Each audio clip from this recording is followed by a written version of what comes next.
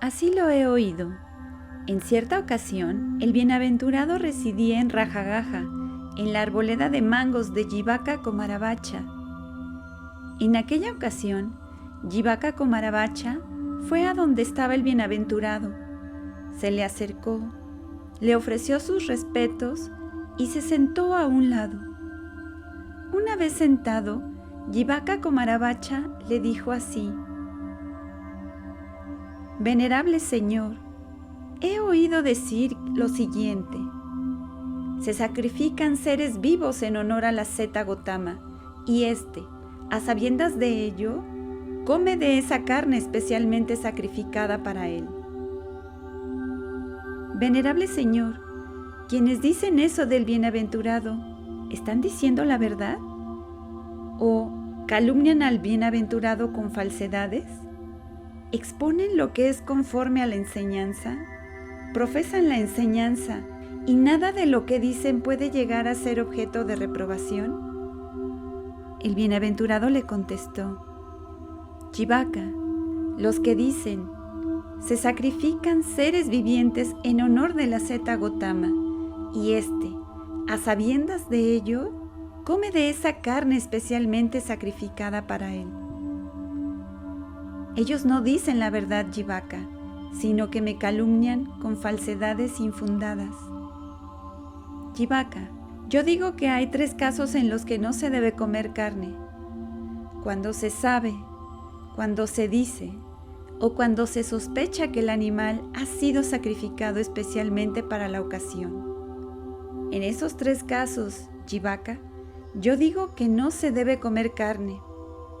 Sin embargo, hay 3 casos en los que se puede comer carne: cuando no se sabe, cuando no se dice y cuando no se sospecha que el animal ha sido sacrificado especialmente para la ocasión. En estos 3 casos, Jivaka, yo digo que se puede comer carne. He aquí, Jivaka, que un monje depende para vivir de algún pueblo o ciudad.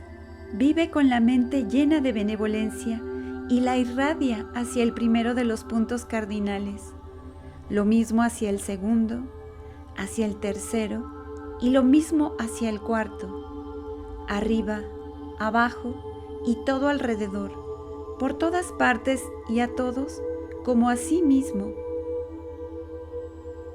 El monje vive irradiando todo el mundo con la mente llena de benevolencia, magnánima, elevada, inconmensurable, sin odio ni malevolencia.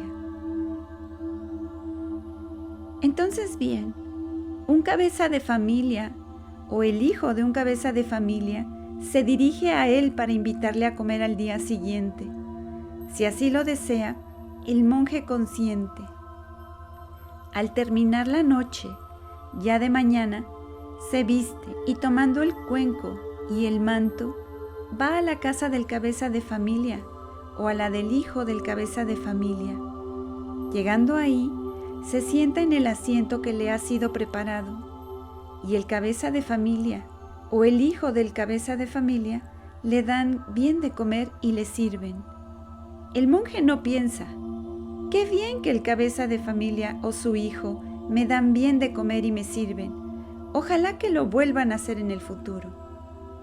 Así no piensa un bhikkhu. Él come la comida que le ofrecen sin apegarse, obsesionarse, ni dejarse cautivar por ella, viendo su peligro y sabiendo cómo salir de él. ¿Qué te parece, Jivaka? Lo que piensa ese monje en esa ocasión redunda en su propio mal, en el mal del otro o en el mal de ambos. No, venerable señor, contestó Jivaka. Pues bien, Jivaka, dijo el bienaventurado, ¿no se alimenta intachablemente el monje en esa ocasión? Sí, venerable señor. He oído decir, venerable señor, que Brahma mora en la benevolencia. Venerable señor, el bienaventurado es testigo manifiesto de ello, porque él también mora en la benevolencia. Jivaka, el bienaventurado ha renunciado a la pasión, al odio y a la ofuscación que pueden ser causa de malevolencia, las ha arrancado de raíz y las ha dejado como el tronco de una palmera que una vez cortado ya no puede volver a brotar ni a crecer de nuevo. Si este es el sentido de tu afirmación, Jivaka, entonces puedes hacerla. Venerable Señor, ese es exactamente el sentido de mi afirmación. Jivaka, he aquí que un bhikkhu depende para vivir de algún pueblo o de alguna ciudad.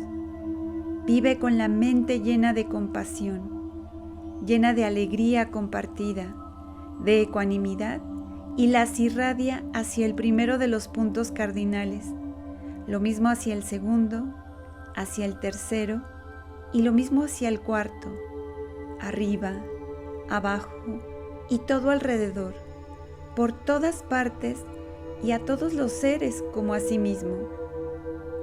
Vive irradiando todo el mundo con la mente llena de compasión, de alegría compartida, con mente ecuánime, magnánima, elevada e inconmensurable, sin odio ni malevolencia. Entonces un cabeza de familia o el hijo de un cabeza de familia le invita a comer al día siguiente. Le dan de comer bien y le sirven. Ese monje no piensa, ojalá que vuelvan a hacer esto en el futuro. Ese monje come la comida sin atarse, sin obsesionarse ni dejarse cautivar por ella, viendo su peligro y también sabiendo cómo salir de él. ¿Qué te parece, Jivaka? Lo que piensa ese monje en aquella ocasión, ¿redunda en su propio mal, en el mal del otro o en el mal de ambos? No, venerable Señor. Jivaka, ¿no se alimenta intachable en esa ocasión aquel bhikkhu? Sí, venerable Señor. He oído decir, venerable Señor, que Brahma mora en la ecuanimidad. Venerable Señor, el bienaventurado es testigo manifiesto de ello, porque él también mora en la ecuanimidad. Jivaka, el bienaventurado ha renunciado a la pasión, al odio y a la ofuscación, que pueden ser causa de crueldad, aversión o repulsión. Las ha arrancado de raíz y las ha dejado como el tronco de una palmera que, una vez cortado, ya no puede volver a brotar ni a crecer de nuevo. Si este es el sentido de tu afirmación, Jivaka, entonces puedes hacerla. Venerable Señor, ese es exactamente el sentido de mi afirmación. Bien, Jivaka, de modo que si alguien sacrifica a un ser viviente para el bienaventurado o para alguno de sus discípulos, genera mucho mal en 5 sentidos. En primer lugar, genera mucho mal cuando dice, ve y tráeme tal ser viviente. En segundo lugar, genera mucho mal cuando dice,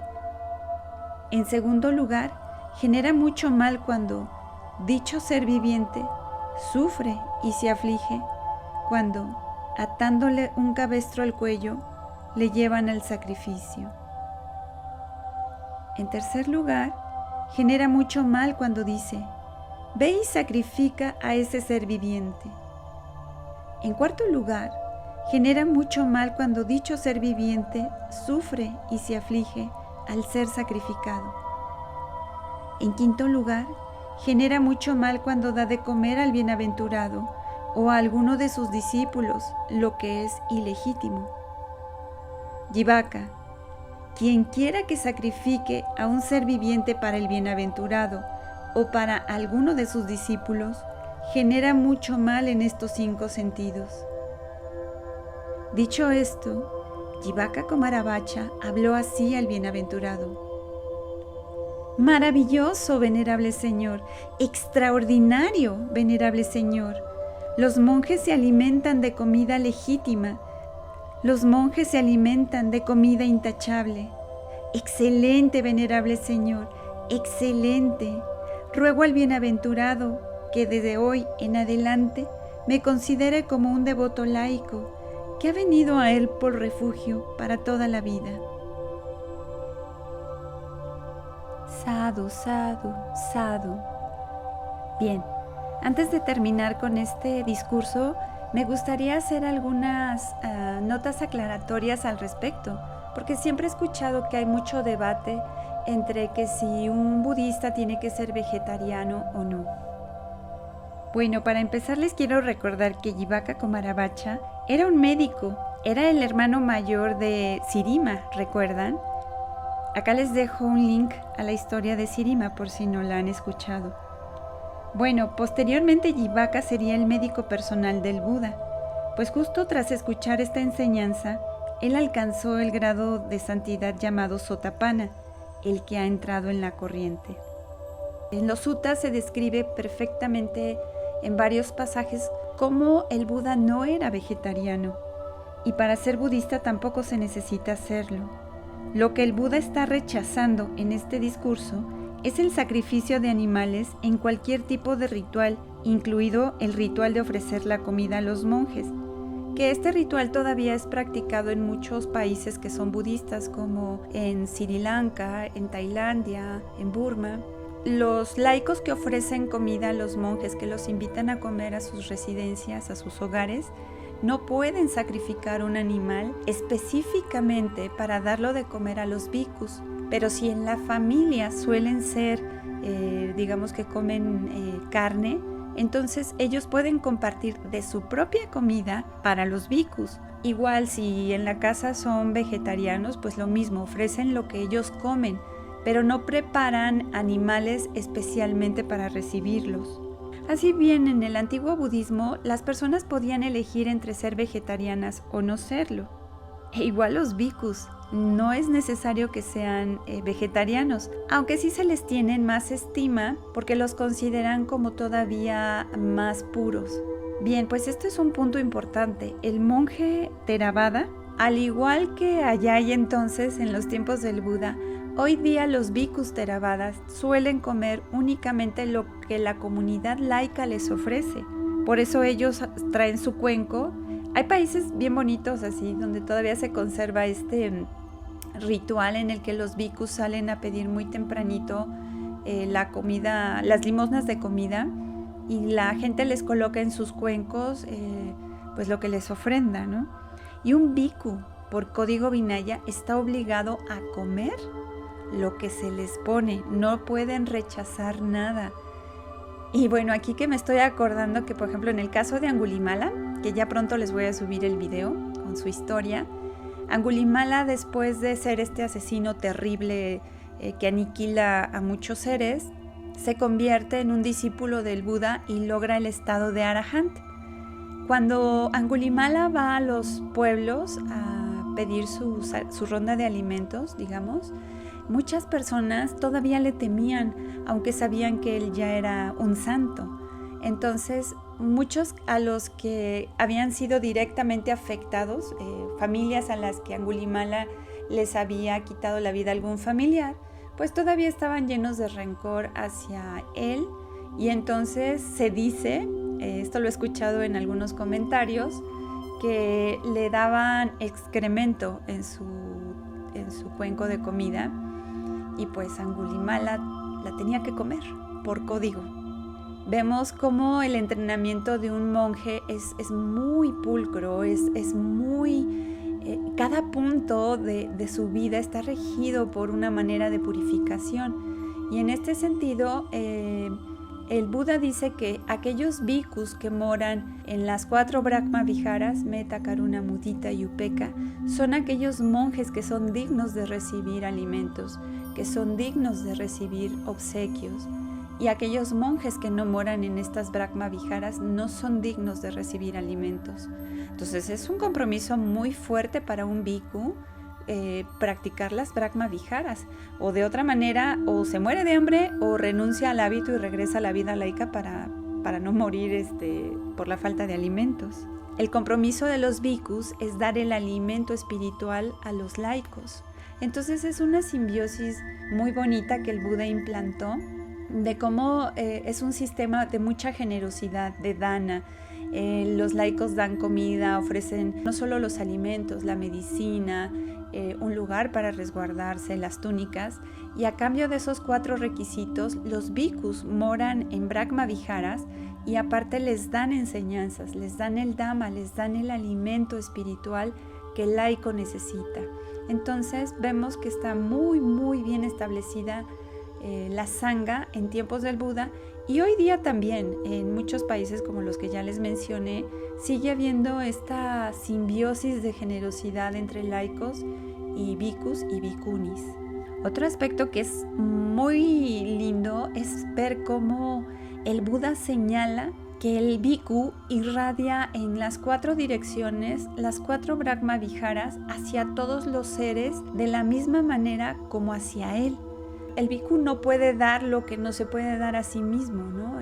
Si el bhikkhu no mora en metta, pues difícilmente podrá enviar metta a alguien más. Entonces es muy lindo ver cómo el Buda pone en un mismo nivel el dar amor a los demás, pero también a uno mismo, y eso es bien importante. Aquí yo les he comentado mucho en el caso de las personas familiares que ya han fallecido, que es de mucho mérito invitar a un bhikkhu o a una bhikkhuni a recibir los alimentos a la casa. Siempre ese mérito le va a llegar a nuestra familia si es que quedaron en un plano de preta o un estado fantasmal. Les ayuda muchísimo, mejora mucho sus condiciones de vida. A mí me gusta compararlo un poco o hacer esta, digamos, como metáfora o como este símil más bien entre cuando un familiar, digamos, de aquí de México se va a Estados Unidos para buscar mejor calidad de vida, y entonces vemos que esos pueblos que estaban así todos carentes de servicios, no había agua, no había luz, se vivía de manera muy difícil, como a través de las remesas que envían los paisanos de allá del vecino país, y el pueblo se va levantando y entonces empiezan a tener tuberías por las cuales ya puede andar el agua, empiezan a electrificar, a pavimentar las calles, y de manera similar, digamos, el mérito es como esas remesas en donde si es que nuestros familiares quedaron en un plano fantasmal, cosa que no podemos saber, ¿verdad? Pero bueno, asumimos que donde estén les va a llegar ese amor, ese cariño con el que uno ofrece una acción meritoria o una generosidad o un regalo hacia la comunidad monástica que está bien entrenada, que mora, como el Buda dice, con un buen entrenamiento mental en las Brahma Viharas. Es muy importante, bueno, al menos para mí este punto es muy importante. Entonces aquí en México también tenemos el monasterio en Veracruz. También podemos ir a hacer presencialmente un ofrecimiento, un dana, y no hay mejor dana también, y el Buda lo señala en otros suttas, que el desarrollo espiritual. Entonces si ustedes acuden a un retiro y ofrecen ese mérito para sus familiares ya fallecidos, créanme que es de las mejores remesas que les va a llegar. Vean la lista de reproducción de fantasmas para que vean cómo opera esta cosa del mérito y de la generosidad. Les va a inspirar mucho. Por aquí les dejo el link a esa lista de reproducción. Ahora nada más como nota curiosa, aquí Jivaka saca tema a los Brahma, que son dioses, y que ellos también moran en amor benevolente. Pues bien, los Brahmas justamente, pues sí, son seres que cuando fueron humanos desarrollaron poder meditativo de absorción muy profunda en las 4 Brahma Viharas, y cuando murieron renacieron como un Brahma. Solo que a diferencia de un Arahant o un Buda, la abstracción meditativa que han logrado basada en la benevolencia no ha arrancado definitivamente las raíces de la malevolencia. O sea, están morando en este estado como de manera provisional mientras dura ese estado meditativo. Por eso un Brahma no tiene una vida eterna, sino que cuando se apaga como grado meditativo, ellos vuelven a renacer en un reino inferior. No sé, puede ser como en el humano, que la verdad el humano es un destino feliz. Por donde uno quiera que le vea, es un destino feliz. Ya si uno renace como animal o hacia abajo, ya no está tan padre. Pero bueno, en el video anterior, que aquí les dejo también el link, yo les comentaba sobre las personas que logran jnana. Por ejemplo, con metta, cuando uno se especializa en metta bhavana, en el amor benevolente, y uno se hace experto ahí, uno logra y domina la primer jnana. Karuna está referido a un segundo jhana, mudita al tercer jhana y upeka, ecuanimidad, cuando uno ya logró esa maestría hasta el grado de upeka, entonces uno ya mora en el cuarto jhana. En la medida que uno se hace más experto, si uno muere con este estado mental, pues renace como un Brahma. Y de que van a tener unas deliciosas vacaciones que van a durar muchísimos años, eones quizá. Es como un Brahma, pero finalmente es un estado en el que se termina, a menos que a la par que desarrollan jhana logran entrar en la corriente. Ya como Sotapanna, si mueren en un Brahma Vihara, igual y hasta pueden alcanzar el grado de anagamis, en los que ya no regresan. Esos anagamis renacen en un reino superior de Brahma. Ahí ellos sí pueden seguir practicando el Dhamma y ahí logran la iluminación. Ya no regresan más, ahí se iluminan. Entonces, fíjense cómo es bien importante cultivar la generosidad, sila y las Brahmas Viharas. Es decir, que como laicos nosotros sujetemos nuestro comportamiento, integremos nuestra personalidad con los 5 preceptos como modo de vida y practicamos la generosidad, la confianza sada en que estas enseñanzas son lo único para lograr la iluminación completa, entonces estamos tocando a la entrada de la corriente. Y todo esto cultivando un estado interno de felicidad, bueno, vaya que no podía ser mejor, ¿no creen? Bien, pues hasta aquí este video, espero que les haya motivado mucho, que les ayude en su práctica personal y yo los veo muy pronto en un nuevo trocito de Dhamma. Les mando abrazos llenos de meta, que estén muy bien. Bye bye.